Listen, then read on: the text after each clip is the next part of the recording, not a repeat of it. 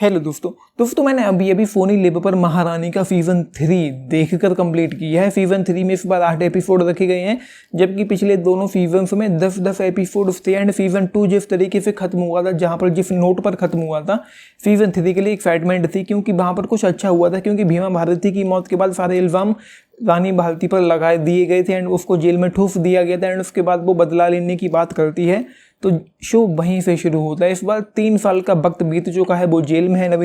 नवीन Kumar CM बन चुके हैं एंड वो जेल से बाहर निकलने को भी राजी नहीं है।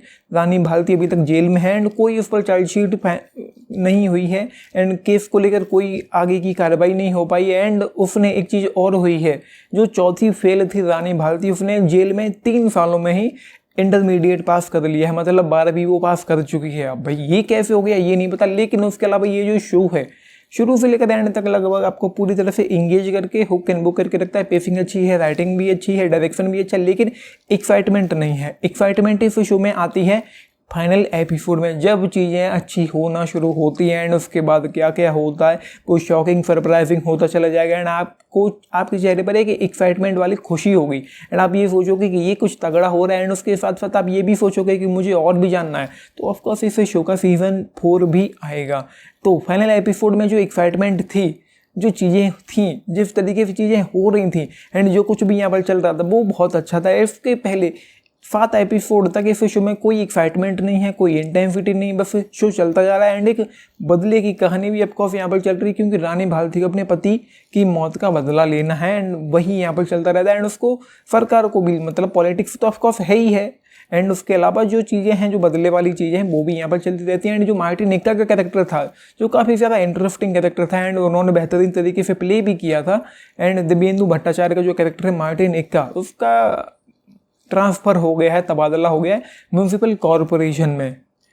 तो वो चीज़ें देख रहा है, फिर भी वो अपनी जांच पड़ताल में लगा हुआ है पिछले 3 सालों से। एंड उसके बाद जो भी हो रहा है, जैसे भी हो रहा है, वो कुछ काफ़ी अच्छा। तो हाँ, ये जरूर है कि शो आपको बोर नहीं होने देगा, लेंदी फील नहीं होगा, पेसिंग को लेकर इशू नहीं है, लेकिन writing, direction, presentation, execution, screen play वो अच्छा है।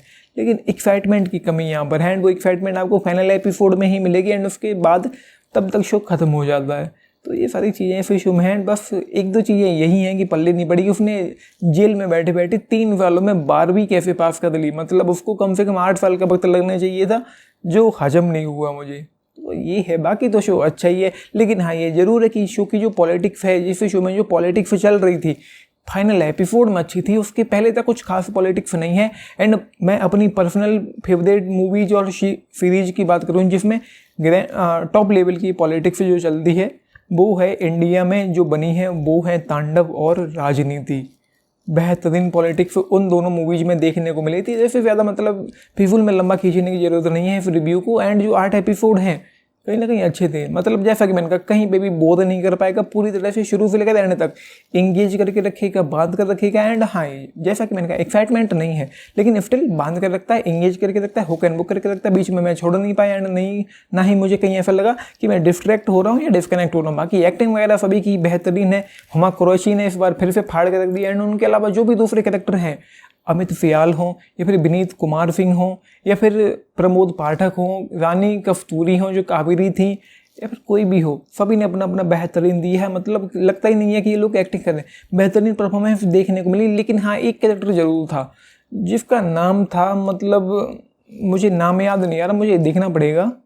दुलारी जो कैरेक्टर था, उसकी जो बीवी थी, वो थोड़ा ओवर एक्टिंग कर रही थी जब वो दिखाई पड़ती है, तो वो मुझे थोड़ा उतना अच्छा नहीं लगा। बाकी तो सबने ही अपना अपना बेहतरीन दिया है। अमित सियाल बेहतरीन एक्टर हैं एंड उनका अगेन यहाँ पर बेहतरीन देखने को मिला है। हुमा कुरैशी का बेहतरीन देखने को मिला है एंड जितने भी एक्टर हैं, जितने भी कैरेक्टर हैं, सबका बेहतरीन देखने को मिला है। तो बिल्कुल भी आप ये कह नहीं सकते कि परफॉर्मेंस को लेकर कोई भी इशू है।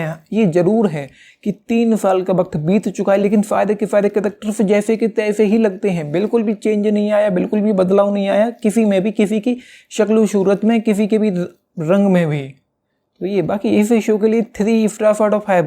हाँ, ये जरूर है कि फाइनल एपिसोड मज़ा देकर गया है, सेटिस्फाइंग एंडिंग रही है। सीज़न 4 के लिए एक्साइटेड हूँ, तो उसके लिए थोड़ा और बढ़ाकर दे सकते हैं।